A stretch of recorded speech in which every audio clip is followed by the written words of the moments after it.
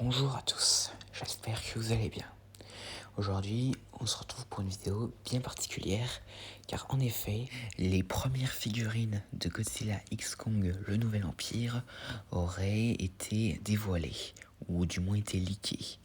Et donc on va les analyser. Donc la première figurine concerne Godzilla, qui, alors en vrai, en termes d'apparence, il n'a pas vraiment changé depuis 2024, depuis Godzilla vs Kong dans la timeline du Monsterverse. Cependant, là, il y a une très grosse différence qui se dégage de l'ordinaire, car sur cette figurine, on peut voir Godzilla, mais cette fois-ci, ses épines dorsales ne sont pas bleues, mais rouges, et il peut cracher un souffle atomique de couleur rouge. Et d'ailleurs, la figurine s'appelle Crimson King Godzilla. Donc ce qui indique que Godzilla aura un souffle atomique plus puissant, donc le souffle en spirale, comme dans les RSI. Et donc ce qui va lui donner un sacré avantage à lui et à Kong sur Scar King et Shimo. Et donc attendons-nous à voir un Godzilla assez badass, et qui, espérons encore, sera plus mis en avant que dans le précédent film. Et donc maintenant, deuxième figurine. Donc cette deuxième figurine concerne cette fois-ci Kong, mais cependant, alors déjà Kong, on peut voir que sa fourrure elle est bien plus sombre, encore une fois, que dans Godzilla vs Kong. Et d'ailleurs on peut voir qu'il a les cicatrices que Godzilla lui a infligées dans Godzilla vs Kong.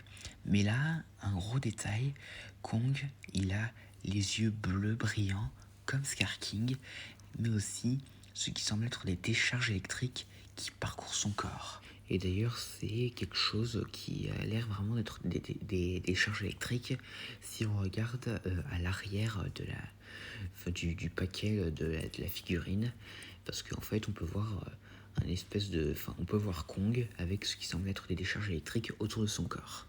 Et donc, pourquoi Kong a-t-il des décharges électriques? Eh bien, là, la théorie qui, je suis sûr, beaucoup vont y croire, ce serait que Kong, comme ça pourrait être le cas pour Scar King, comme dans le film de 1962, Kong serait capable d'utiliser des frappes électriques. Mais si c'est vraiment le cas, à voir si il l'aura pendant tout le long du film, qu'il le découvrira vers le début, ou si plus vers la fin, il va finir par en obtenir, soit pendant, soit après le combat final contre Scar King et Shimo avec Godzilla. Et donc déjà, on peut voir que il y a un nouveau rapprochement avec les films de la Toho, avec ce Kong, avec ses décharges électriques. Mais bon, à voir si ce sera vraiment le cas dans le film. Et la dernière figurine, cette fois-ci sur Shimo. Parce qu'en fait là il n'y a pas de figurine sur Scar King.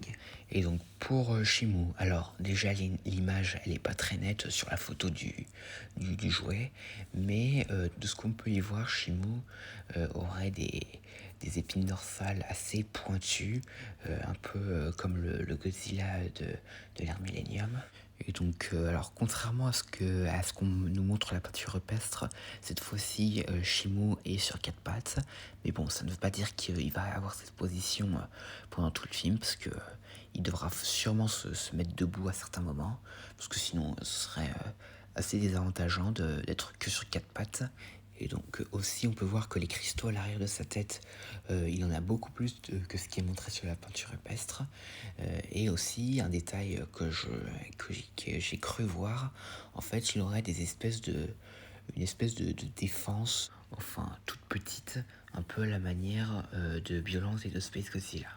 Et donc et après pour le reste, ça reste à peu près semblable à ce qu'on a montré sur la peinture rupestre, que ce soit avec sa queue, avec ses deux pics au bout, ou sa tête ressemblant beaucoup à celle de Zilla, donc le Godzilla de 1998, avec d'ailleurs, contrairement à ce que nous montrait la peinture rupestre, un museau qui semble un peu plus pointu. Qui, contrairement à la peinture rupestre dans Call of Duty Warzone, nous montrait un museau qui était un peu plus lisse. Et donc, et à part ça, on peut voir que Shimo a des couleurs assez froides, déjà parce que tout son dos est blanc, alors que déjà c'est tout son dos, du moins à partir du début de son cou et jusqu'à sa queue, tout est blanc. Ces cristaux à l'arrière de sa tête sont bleu glacial, et le reste, ça reste assez gris, proche du blanc. Et juste avant de conclure, sur le paquet de la figurine de Shimu, on peut y voir Godzilla et Kong comme pour les 3 précédentes boîtes.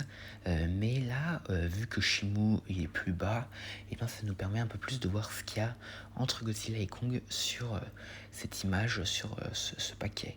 Et en fait, on peut y voir que il y a les pyramides d'Égypte, ce qui nous indique qu'il y aura peut-être une scène en Égypte. Genre peut-être que soit Godzilla soit Kong rencontreront Shimu là-bas, et peut-être qu'il y aura un combat ou autre. Et donc à part ça, voilà, c'est tout ce que j'avais à dire concernant ces nouvelles figurines qui ont été leakées. Et donc, mais à voir si ça dit vraiment quelque chose qui apparaîtra dans le film, ou si c'est juste un concept rejeté. Parce que rappelez-vous que dans Godzilla vs Kong, il y avait un Godzilla avec une espèce d'armure d'armure rouge sur les pics dorsales, mais qui n'est finalement jamais apparu dans le film. Et donc du coup, il n'est pas impossible que ce soit peut-être aussi le cas pour Godzilla X Kong, le Nouvel Empire. Mais bon, nous verrons quand il y aura une bande-annonce ou même dans le film directement.